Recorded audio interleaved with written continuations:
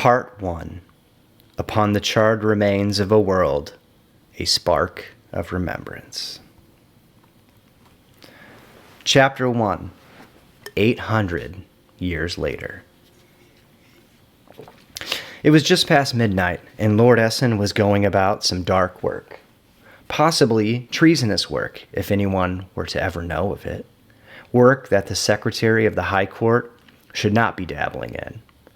Spying on the king's secretive dealings could potentially cost Essen his head, but it was the lingering suspicion of a foul conspiracy that drove him to the point of this. Creeping through the palace crypts in the dead of night, the likes of a madman. The crypts below the palace were the final resting place of the many kings before Exilar, a cold, damp memorial for men who had lived and died ruling the realm of Yorth. The twisting tunnels had been carved through stone deep below the earth and into a claustrophobic maze that very few, other than the dead, had ever seen. Essen was certain that he would find answers here, evidence for what he knew had to be some kind of a grand conspiracy. Unless Exilar had suddenly developed a newly found passion for his ancestry, there was no logical explanation for why the king was down here at such an hour, especially without one of his loyal guardsmen to protect him. Lord Essen's suspicion had been growing for months, and it all began when a fellow member of the High Court was unexpectedly cast out and replaced after decades of loyal service. Without warning, the High Judge had been thrown out and replaced with another, a woman who had no rightful claim to a place among the nobility. Someone who had only recently seemed to appear out of nowhere. Many people questioned her legitimacy and the king's decision to employ her, but no one dared speak of it openly. Luckily, if there was one thing Kilroy Essen was very good at, it was paperwork. The breadcrumb trail that can tell the story of every person from beginning to end. As for the shadowy woman now sitting on the High Court, the paperwork Essen had dug up was an interesting and unexpectedly short trail of crumbs. Something foul was afoot. Essen wasn't sure exactly what it was, but whatever it was big. Lord Essen crept farther through the tunnels as they descended deeper under the palace. Despite his best efforts, every tiny click of his shoes against the stone ground echoed loudly through the darkness. For the sake of avoiding discovery, he thought it best to remove his shoes and continue barefoot, carrying his shoes in his offhand. The floor felt cold on his pedicure-perfect feet, as his toes found small pools of stagnant water waiting along the stony floor. There was no light within the tunnels, no oil-burning sconces affixed to the walls like in other parts of the palace above. There weren't even places to hang torches like they used to in the old days. He was forced to make his way through the tunnels blindly, with outstretched hands feeling along the damp walls. The air was heavy, and a strong musk made his nares curl up in revulsion. He caught a glimpse of King Exilar's flickering lantern up ahead, forcing him to stop and allow the king to gain more distance again. Kilroy Essen was the last person one would expect to find walking barefoot through the tunnels, or doing any of his own work, for that matter. He was nobility, born to high blood, swimming with wealth, and with much to lose. Typically, Essen would hire lesser people to do such low-born work. But not today, for in this instance, Essen felt it necessary to take things into his own hands and get his feet a little dirty. As Essen navigated the depths of the palace's underbelly, he was stricken yet again with the fleeting episode of fear, the logical concern for getting caught. What am I doing? He stopped himself. His heart raced as he thought about what would happen to his family, or worse yet, what would happen to his family's name if he were caught spying on the king in such a manner as this. He thought through some possible explanations to use in that event, but none of them would hold up to much scrutiny. No, he shook the thoughts away. I must do this. Someone needs to figure out what Exilar's up to. After taking a deep breath and making a short, desperate prayer for strength, he carried on in the dark labyrinth of interlocking tunnels. At last, following several long minutes of creeping about through the crypts, Essen could see the king's lantern light ahead come to a stop and turn into a side door. He heard the wooden door's rusty hinges creak closed, followed by the sounds of bolts sliding and a key turning to lock it. Essen tiptoed up to the door, checking his surroundings for anyone who might be approaching from behind. The coast seemed clear enough. His heart pounded in his chest as he apprehensively leaned his face against the door, peering through the keyhole. Beyond the door was a wide room, lit by several decorative candelabra. Dim candle flames flickered and danced around, casting light and shadows erratically on the people inside. King Exelar stood with his back to the door, conversing with three mysterious hooded figures dressed in long, dark gray cloaks, their faces hidden by baggy, oversized hoods. Essen squinted to look closer and noticed the candlelight glinting off something on one of their chests, a golden crescent moon brooch securing the cloak around their shoulders. It was not a design or insignia that Essen was familiar with, and it was not one that belonged to any of the noble houses of Terra or the surrounding areas. However, Essen was unfamiliar with some of the other noble houses in the more distant parts of the world. Perhaps it's a Valorian insignia of some kind, Essen thought. Probably not. Not unless it is of some lesser Valorian house I don't know about. It is certainly too fancy for any of the Archspanian houses. The people beyond the door were speaking in hushed tones. Essen struggled to make out anything that they were saying. So he nervously readjusted himself, placing his ear gently against the splintery wood of the door. "Tonight, my grace, marks the beginning of the celestial event. And what poetic timing," a person unknown to Essen announced. "For tonight, your grace, we have for you the most blessed news." "Oh, is that so, my child?" the king replied, his distinctively deep voice louder than the others. I can't do a real deep voice, sorry guys. I'm going to do my best. "And just what blessed news has this celestial event brought us?"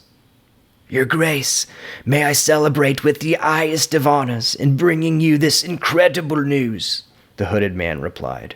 His voice was noticeably that of an elderly man. Do you guys notice that? Yeah, of course, because I know how to play the elderly man, so.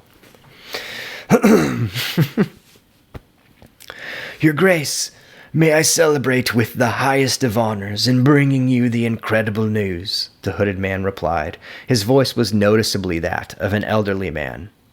"Alas, we have found it.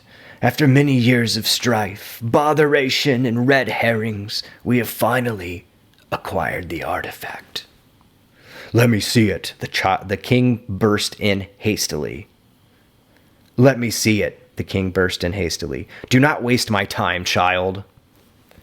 Lord Essen lifted his ear to once again squint through the keyhole, just in time to watch as one of the robed figures presented a small object.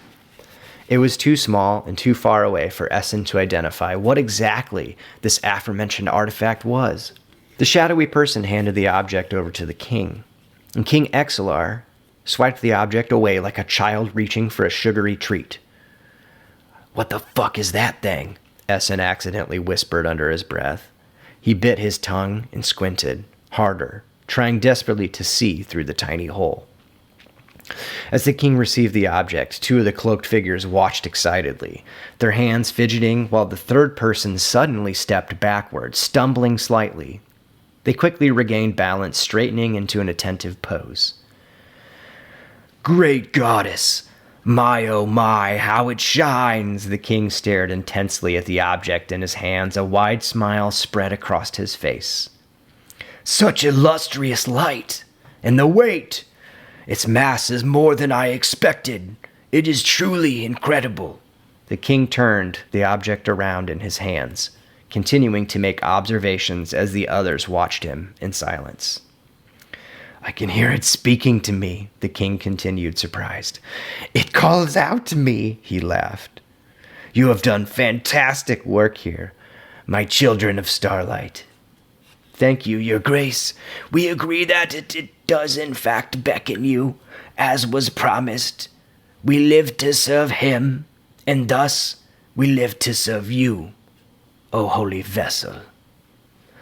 Lord Essen watched through the keyhole as the object in the king's hands glowed with the dim blue light, just bright enough to seemingly reflect off the king's face as he inspected the item, his eyes widening as they took in the light. What in the fucking name of... Essen's thoughts were interrupted by one of the cloaked figures turning around to retrieve a candle from behind.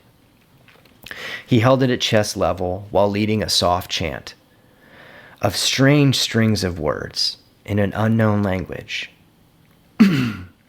The other two mysterious figures quickly joined in, mimicking the actions and words of the first. As the chanting spread across the room, their volume increased, becoming boisterous. The sound of their voices bounced off the stone walls, making it seem like twice as many people were chanting than actually were. Essen's pupil dilated as he observed the Children of Starlight form a circle surrounding the king as their chanting continued. Strange words, dark words, evil words. The king spoke again, loud enough to be heard over the chant with conviction and power. The time has come. So it was promised. The others stopped chanting in their strange language and responded in common tongue, their voices in synchrony. The royal blood will spill and give life to the spirit, the king boomed with a menacing smile upon his face, the blue glow of the artifact uplighting the sharp angles of his facial features. So it was promised, they responded, even louder. Born again into new, the return of starlight to this world. So it was promised. Hark, the returner, we shall at last bring forth the second coming of our great lord. Umbras, King Exelar shouted, and was met with cheering from his mysterious cohort. Except for that one. The third person in the back, who stumbled earlier, they don't seem nearly as enthused as their companions. Lord Essen backed away from the door, discomfort and confusion filling his mind. He knew whatever he had just witnessed was some form of dark work indeed. His suspicions were confirmed, but not explained. This escapade had revealed more questions than answers. Just as he tried to process what he had seen, his attention was suddenly diverted to a sound coming from down the tunnels. Footsteps, he realized. Shit, someone's coming. Essen hastily tiptoed away from the oncoming source of sound, back the way he had originally come. He briefly glanced back and noticed a light filling the tunnel from around a corner. A second later, a lantern appeared as a figure approached, moving toward the same door through which Essen was eavesdropping. The lantern was abruptly snuffed out, so Essen felt it safe to stop to peek back at the oncomer. The figure stood at the door in darkness, but did not enter the room. Who the hell is that? Essen thought as he snuck cautiously closer, hugging the damp stone wall to get a better look at the person. Dim, flickering candlelight from beneath the door and through the tiny keyhole barely illuminated the figure. It was not enough for Essen to make out any recognizable features. The mysterious person appeared to be looking through the keyhole just as Essen had been doing moments before. The lantern was then suddenly reignited, and the tunnel burst alight. Essen jumped back and scurried around a corner, into hiding, as the sound of footsteps progressed in his direction. Shit, Essen thought as he backed away. He clutched his shoes tightly and sprinted barefoot down the tunnel, running as hard as he possibly could through the underground maze, his feet becoming calloused as they scraped against the freezing stone underfoot. He was running blindly in the darkness, desperately navigating with his arms extended before him. In his haste, he misjudged a turn and slammed into a wall, his shoulder taking the brunt of the impact. His shoes were flung from his grip and tumbled away in the darkness. Fuck! Quietly let loose from his panicked thoughts, realizing the implications of leaving behind evidence of him being there. He dove down, sweeping his arms across the ground, feeling for the shoes. The footsteps grew closer. Their exact distance, difficult to judge due to the strange acoustics of the tunnels. There, he thought, grabbing one of them by the strings. A light formed behind him, just as he discovered the second. With both of the shoes recovered, Essen leapt to his feet and sprinted forward, away from the approaching person. The jagged, uneven stone surface below caught his toes, jamming them violently. The nail on his left little toe was ripped away from the bed, sending a frozen bolt of pain through his foot. He stifled a scream. With a firm grunt, he pushed on, escaping from the situation. Once a safe distance away, Essen stopped to catch his breath and gingerly slipped his shoes back over his cold, damaged feet with a grimace. In the silence of the dark tunnel, Essen reflected on what he had just witnessed. A strange and likely very dangerous conspiracy was afoot. One that someone else had also seen. I'll have to be way more careful moving forward, he thought, limping home.